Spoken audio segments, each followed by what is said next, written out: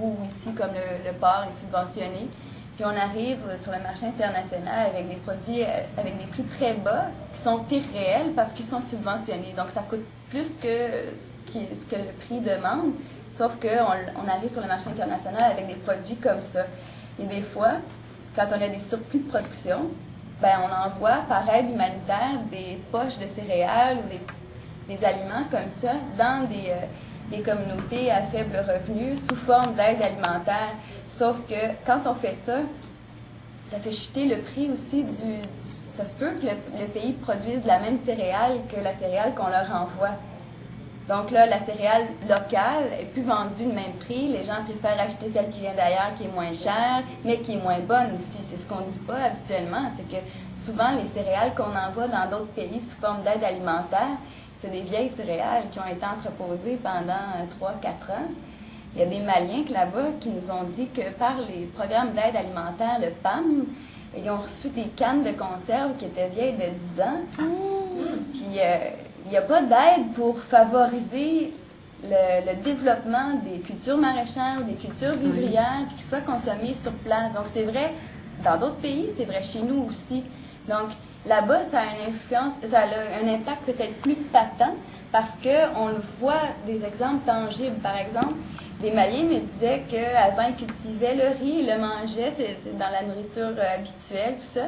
Mais parce qu'ils se sont fait dire que les terres n'étaient pas bonnes pour la culture du riz, ils cultivent d'autres choses pour l'exportation, tout ça.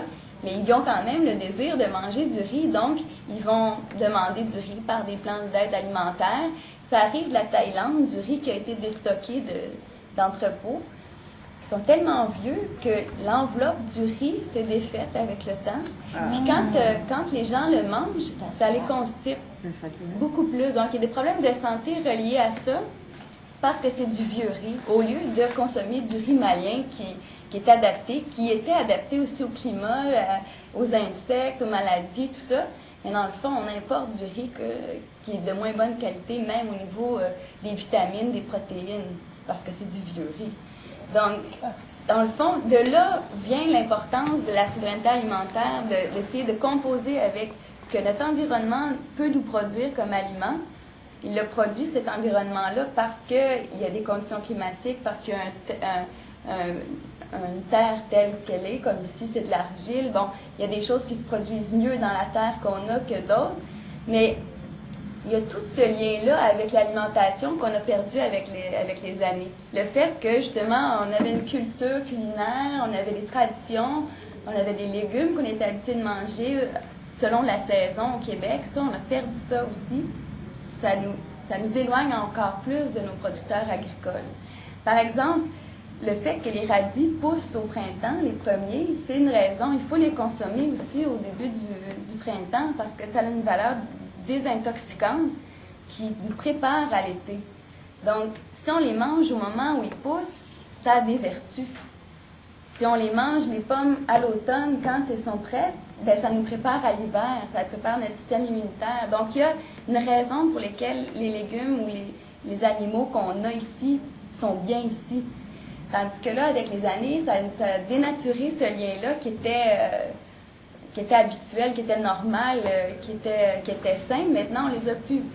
Donc, il y a tous les anticorps, les maladies, les insectes, l'équilibre entre les prédateurs et les insectes aussi qui sont déréglés à cause de ces échanges internationaux-là, puis aussi à cause qu'on n'a plus de lien avec la terre, puis on peut demander à des jeunes, qu'est-ce que vous pensez qui peut pousser au Québec?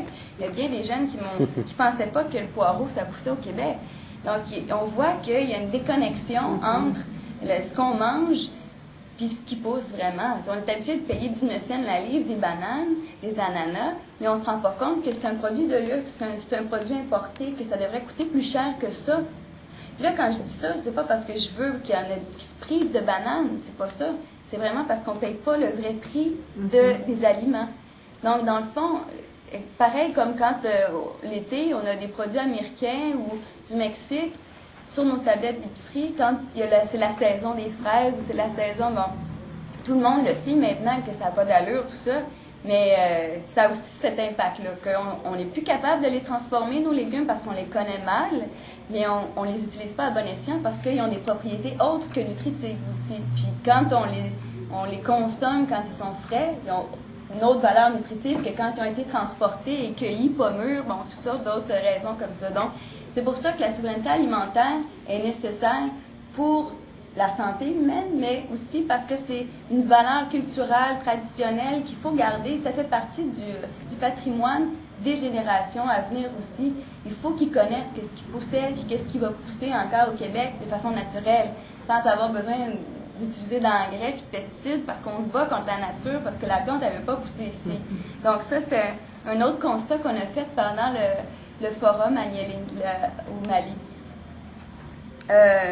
Ici, au Québec, si on revient un petit peu au Québec, là, la souveraineté alimentaire est peut-être plus difficile à traduire parce que on a la gestion de l'offre et les quotas de production. Je ne sais pas si vous connaissez un petit peu ça. C'est un concept qui existe depuis quand même pas mal d'années. Au départ, c'était vraiment pour assurer le prix du lait, des œufs, puis de la viande à un prix assez abordable, puis que tout le monde, que la production soit un reflet à l'offre et à la demande aussi du marché.